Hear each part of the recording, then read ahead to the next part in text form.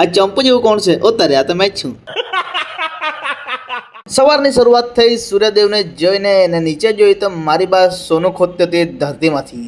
મારી બાની બાજુમાં જ પરેશભાઈ જવાન બનવા માટે કસરત કરવા લાગ્યા ને મારી બા તો હજુ ખોદ્યા જ કરતી હતી. એ બંને નિકાલોકને ત્યાં જ ઉડા લાખીને મેં નીકળ્યા ઘરમાં અને આવીને કરી લીધા વાળ લીધા. આજે તો પોપાટ જેમ દેખાતો એટલે આજે જવું પડે વાળ કાપવા માટે ડોલવાણ. મેં બાવા ટીલ્લુ હાઈ પર થઈ ગયેલી ગાડીની કમ એટલે દોડતા પહોંચી ગયા ટેમ્પામાં ને ટેમ્પામાં જોઈએ તો મારા કાકા હતા. વાહ વાહ વાહ. ટેમ્પામાં બેને 750 ની સ્પીડ પર મને ઉતારી દીધા ડોલવાણ ને ત્યાંથી આવી ગયા મેં સેવન સલૂનમાં વાળ કપાવવા માટે. આ છે અંકિત કાકો. અંકિત કાકા બીજાના વાળ કાપતો એટલે મેં ફટાફટ દાઢી હીધી કરી લીધી ને પછી મને મળી ગયા સંજય. તો સંજય બે ઘડી વાતચીત કરી લીધી, મજા આવી ગઈ.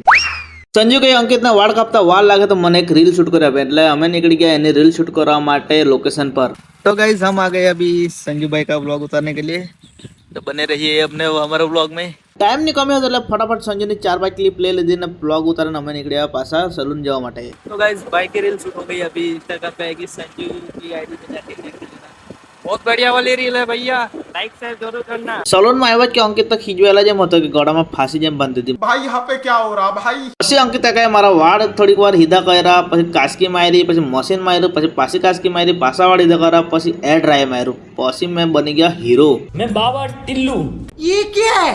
જેવા ખુરશીમાંથી ઉઠ્યા કે મેં તો ચંપુ જેવો બની ગયો. તો અંકિત બહુ જ હશે પાછા. તમને મારા વ્લોગમાં મજા આવી હોય તો ફટાફટ એક આપણે ફોલો કરીને જજો. હવે મળીએ નવ વ્લોગમાં. Bye bye bye bye bye.